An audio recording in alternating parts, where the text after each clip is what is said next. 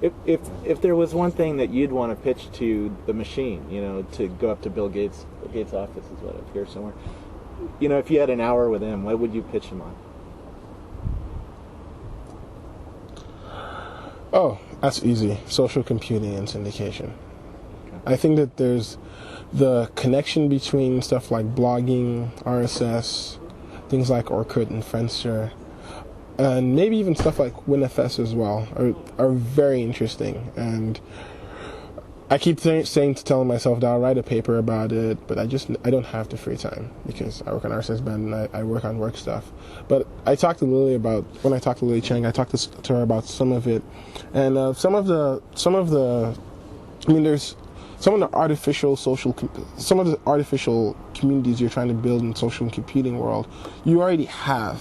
And Lily showed me some stuff. Like she showed me, they have some software that does stuff like look at my email and show me what communities I'm in, and it clusters. Oh, you must be, and it says, oh, all these PMs you share, you always seem to hang out, like exchange mail with these guys, so you're probably all PMs together, and it forms groups like that. Excellent.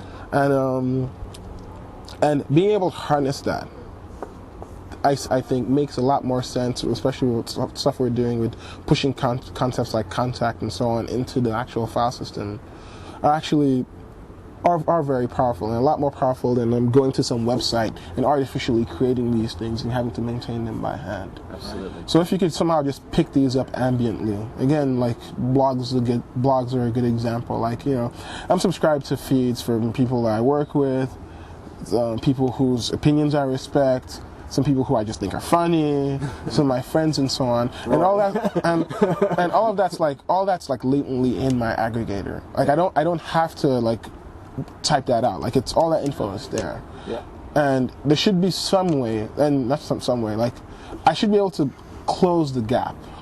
And maybe WinFS will give me this, maybe it won't.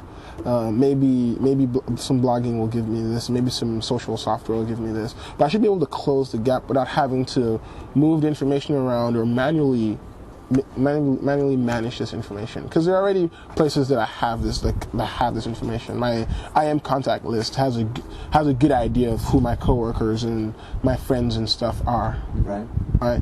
But the problem is the applications like to keep their information to themselves. Right. Yeah.